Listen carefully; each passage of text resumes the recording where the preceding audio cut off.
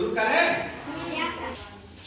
इसमें इस संख्या में कम से कम कितना से गुना करें।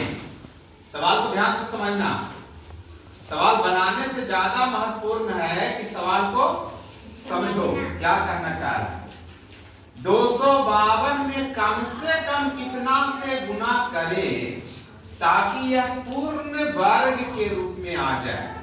अभी ये किसी भी संख्या का वर्ग नहीं है, अभी किसी संख्या का यह स्क्वायर नहीं है। तो सवाल करता है कि इसमें कम से कम कितना से गुना करें ताकि ये पूर्ण वर्ग हो जाए, परफेक्ट स्क्वायर नंबर हो जाए। जैसे छोटा सवाल है कि 5 में कितना से गुना करें ताकि पूर्ण वर्ग हो जाए, है ना। तो 5 किसी संख्या का वर्ग है क्या? नहीं। तो 5 में यदि 2 से गुना करते हैं तो 5 दूना 10। 10 भी किसी का वर्ग नहीं। 5 में 3 से गुना करते हैं तो 5 दिया 15 भी किसी संख्या का वर्ग नहीं है। 5 चौका 20, 5 पंचे 25। 25 है ना। 25 की संख्या का वर्ग है 5 का।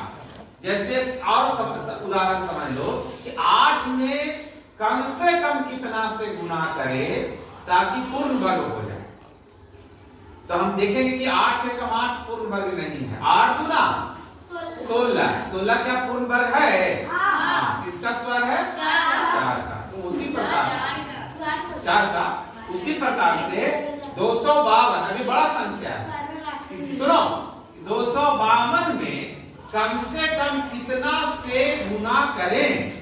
कम से कम 1 से 2 से 3 से, यानी कम से कम मिनिमम कितना से गुना करें ताकि ये संख्या परफेक्ट स्क्वायर नंबर यानी पूर्ण वर्ग संख्या में आ जाए।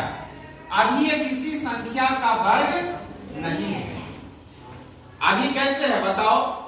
12 का स्क्वायर कितना होता है? 144। 20 का स्क्वायर 15 का स्क्वायर 225 और 16 का स्क्वायर 256।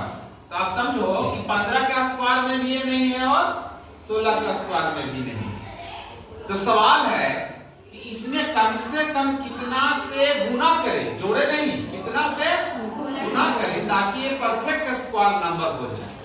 इसको बनाने के लिए हम सबसे पहले इसको हम लोग अभाज्य गुणनखंड के रूप में तोड़ेंगे, प्राइम फैक्टर के रूप में ब्रेक करेंगे।